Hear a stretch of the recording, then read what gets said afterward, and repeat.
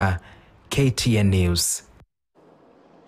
Thank you, David. Now, the apparent war pitting President William Ruto and his deputy Gachagua escalated, with the DP claiming there is a section of leaders from Mount Kenya who are being used to divide the region. Gachagua says the few leaders are pursuing their own selfish interests, but that they will not succeed in betraying the populous region. And as KTN's senior political affairs reporter Daniel Kariuki tells us, the split between the Kenya Kwanza leaders is akin to the Kieleweke and Tangatanga movements that characterized the former regime of President Uhuru Kenyatta. It's often said the more things change, the more they remain the same. This now applies to the unfolding political events in Mount Kenya region, pitting leaders from the ruling Kenya Kwanza coalition. The battle lines have been drawn against the two factions within Mount Kenya region, one allied to Deputy President Gachagua and another that seeks to have the DP replaced as running mate in the 2027 elections. Tuesday, Gachagua was gun blazing. The second-in-command addressed stopovers as he headed to Kirinyaga County for a burial ceremony.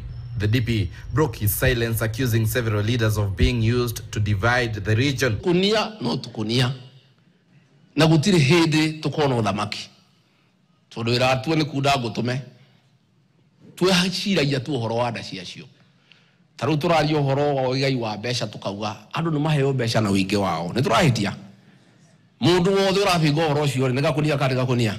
Accompanied by several Mount Kenya leaders, the DP equated his opponents to leaders who betrayed the Mau Mau during the fight for independence. Na tukunia no gutu aturaga nginya hende ya muthungu. Mumenyerere muno andu a nyumba itu tutikae kugayukana. Tunasumbua sana, naibu wa rais, ni watu wa mlima huu.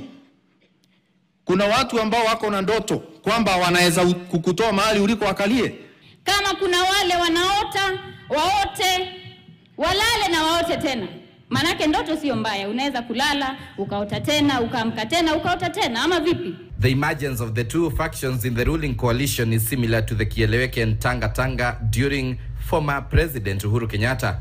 Ruto's lieutenants, who are largely representing him in fundraisers, include MPs Dindi Nyoro of Kiharu, are taking the lead role in anti-Gachagua messaging, with Kirinyaga Governor Anne Waiguru joining the battalion by launching an attack against Gachagua through her X platform, while in USA, where she is accompanying the president. Waiguru says, and I quote, "While we respect the office of the deputy president, and indeed any other office of leadership, a progressive democracy does not allow us, as occupiers of public leadership offices, to personalize them to the extent that it becomes taboo for anyone to nurture and express ambition to occupy them. We hold these offices in trust, not as owners." End of quote. Na tuache mambo mingi, siasa mingi ya kutafuta viti. Hii viti inapeanwa na Mungu. Ngoja wakati wako Mungu atakupatia ile amekupangia. On the other hand, Gachagua's team is being led by Embakasi North MP James Gakuya and Nyeri Governor Mutahi Kahiga, who want the president to make his stand known over the continuing disrespect by the youthful MPs whom they claim are being used by the president.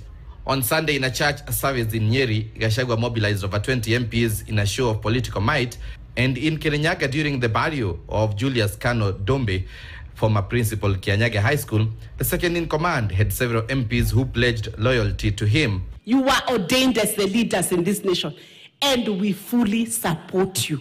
From the mountain, you have our blessing, Your Excellency. The mountain continued to rumble 3 years into the 2027 elections. Daniel Kariuki, KTN News. In a related story, the renewed debate